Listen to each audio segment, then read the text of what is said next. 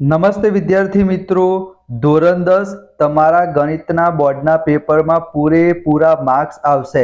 5 paper સંપૂર્ણ solution સમજૂતી સાથે બધા જ મોસ્ટ ઇમ્પોર્ટન્ટ દાખલાઓ કવર થઈ જશે। બધા જ વિડિયો વિદ્યાર્થી મિત્રો જોઈ લેજો। આજે આપણે જોવાના છીએ પેપર નંબર 3 એનો વિભાગ સી। અને તમને ખબર જ છે વિભાગ સી માં વિદ્યાર્થી મિત્રો ટોટલ 9 દાખલા પૂછાશે અને એનામાંથી આપણે કોઈ પણ 6 દાખલા લખવાના છે તો તમારા 18 માર્ક્સ વિદ્યાર્થી મિત્રો પાક્કા થઈ જશે। કયા 6 દાખલા લખવાના એ પણ હું તમને જણાવી દઉં। ત્રીજું ચેપ્ટર એના 2 દાખલા ગણવાના, સાતમું ચેપ્ટર યામ ભૂમિતિ એના 2 દાખલા ગણવાના, એક દાખલો આંકડાશાસ્ત્રનો અને એક દાખલો સંભાવનાનો। એનો મતલબ તમારા 18 માર્ક્સ વિદ્યાર્થી મિત્રો પાક્કા થઈ જશે। તો સૌથી પહેલા 38મા નંબરનો અને 39મા નંબરનો દાખલો ત્રીજું ચેપ્ટર દ્વિચલ સુરેખ સમીકરણ યુગ્મ એનામાંથી પૂછાશે। લખીને રાખો વિદ્યાર્થી મિત્રો, એક દાખલો લોપનો આવશે, એક દાખલો આદેશનો આવશે। બરાબર, લોપની રીત, આદેશની રીત આ તમારે કરવાની છે। અને એના સિવાય વિદ્યાર્થી મિત્રો 3 શરતો તમને ખબર હશે। કઈ 3 શરતો?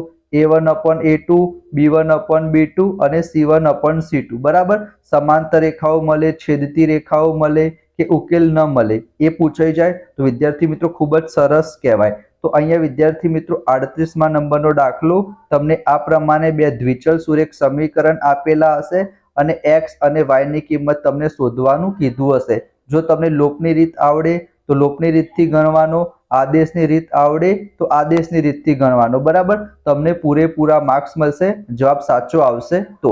અહીંયા વિદ્યાર્થી મિત્રો સ્વાધ્યાયનો જ દાખલો છે, પોઈન્ટ વાળો આપેલો હોય તો તમને સરળતા માટે બંનેને 10 વડે ગુણી દઈશું તો સિમ્પલ આ રીતના મળી જશે। અને એના પછી શું કરવાનું છે, આદેશની રીતથી તમે કરો તો અહીંયા વિદ્યાર્થી મિત્રો આન્સર તમે જોઈ શકો છો। બરાબર, આદેશની રીતમાં શું હશે, બે સમીકરણ આપણને મળ્યા, એનામાંથી કોઈ પણ એક સમીકરણમાંથી આપણે x ને કરતા બનાવીશું અને એ x ની કિંમત વિદ્યાર્થી મિત્રો આપણે બીજા સમીકરણમાં મૂકીશું તો આપણને y ની કિંમત મળી જશે।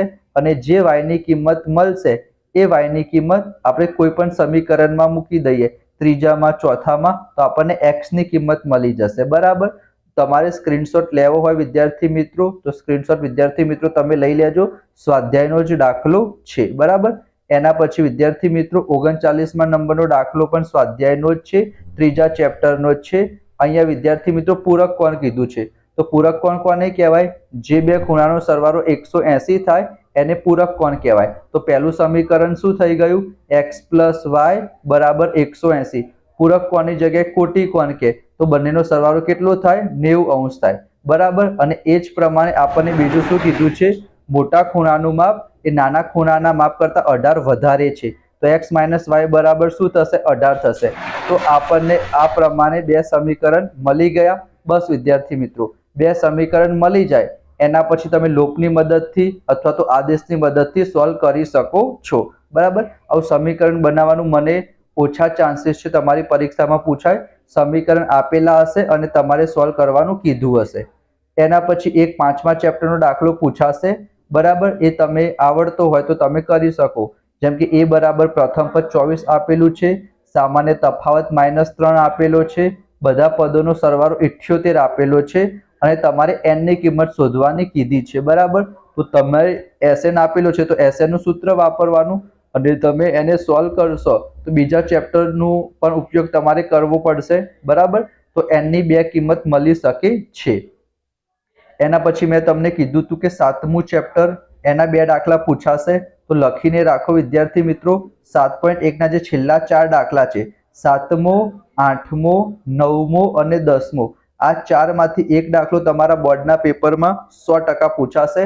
અંતર સૂત્ર જ વાપરવાનું છે ને 41મા નંબરનો દાખલો પણ આ ચારમાંથી જ છે। બરાબર, તમારે x અને y નો સંબંધ ચકાસવાનો છે, આ 10મા નંબરનો દાખલો છે। બરાબર, આ ચારમાંથી એક દાખલો 100% પૂછાશે 7.1, કારણ કે 7મું ચેપ્ટર વિદ્યાર્થી મિત્રો 10 માર્ક્સનું છે તો 7.1 માંથી 2 દાખલા પૂછાશે અને 7.2 માંથી પણ વિદ્યાર્થી મિત્રો 2 દાખલા પૂછાશે।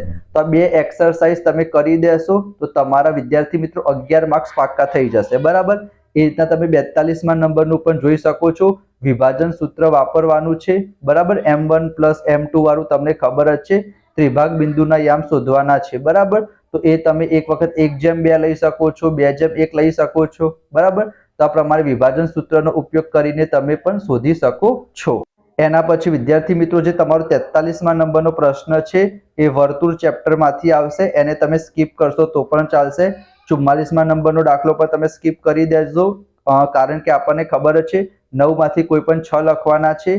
મેં તમને કહી દીધું કયા 6 લખવાના, બરાબર. એના સિવાય વિદ્યાર્થી મિત્રો તમે 45મા નંબરનો 46મા નંબરનો દાખલો એક આંકડાશાસ્ત્ર અને સંભાવનાનો કરી દેજો. અહીંયા વિદ્યાર્થી મિત્રો તમને સરસ મજાનું ટેબલ આપેલું હશે અને બહુલક શોધવાનું કીધું છે. તો સરસ પ્રમાણે આ બધું આપણે લખીશું, બહુલકનું સૂત્ર વાપરીશું, કિંમત મૂકીશું, જવાબ આવી જશે. અને એક દાખલો વિદ્યાર્થી મિત્રો સંભાવનાનો પૂછાશે, તો એ પણ તમે અહીંયા વિદ્યાર્થી મિત્રો જોઈ શકો છો, પણ વ્યવસ્થિત લખવાનું. શક્ય પરિણામોની સંખ્યા, સાનુકૂળ પરિણામોની સંખ્યા, કુલ પરિણામોની સંખ્યા, એવું સરસ મજાનું લખવાનું, જેથી તમારો અડધો માર્ક્સ પણ ના કપાય. તો આ હતો વિદ્યાર્થી મિત્રો વિભાગ સી. નેક્સ્ટ વિડીયોમાં આપણે વિભાગ ડી ની વાત કરીશું. એના માટે પણ કયા ચેપ્ટર કરવા, 5 પેપર તમે જોઈ લેશો, બધા જ વિડીયો જોઈ લેશો, તમારા પૂરેપૂરા માર્ક્સ આવશે. બીજા બધા વિષય છે એ પણ હું તમારી સાથે અપલોડ કરીશ. તો ફટાફટ વિડીયોને લાઈક કરો, ચેનલને સબસ્ક્રાઇબ કરો, દોસ્તો સાથે શેર જરૂર કરો. મળીશું આપણે નેક્સ્ટ વિડીયોમાં. ત્યાં સુધી જય Shri Krishna, Radhe Krishna. Thank you so much.